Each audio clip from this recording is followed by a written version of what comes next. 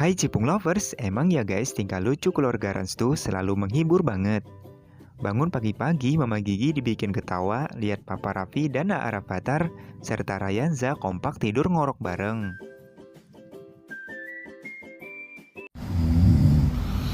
Ngorok satu, ngorok dua, ngorok tiga. Gemes banget ya guys, beginilah pemandangan hari Minggu di Andara.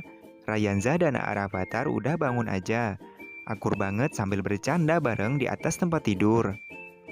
By the way, momen lucu ini berhasil diabadikan oleh Om Mupli saat mau bangunin Papa Raffi persiapan berangkat syuting pagi-pagi.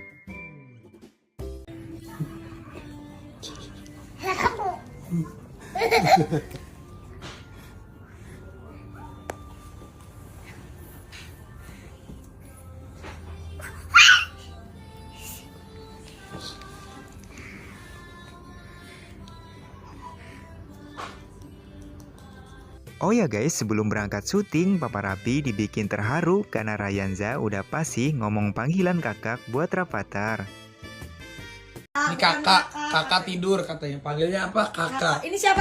Itu siapa? Adik-adik itu siapa? Itu siapa? Kok kakak? Ini siapa ini? Ini. Papa. Ini siapa? Yang ini? Ini siapa? Ini. Rayanza. Ini siapa? Ini siapa? Ini. Ketawa lagi.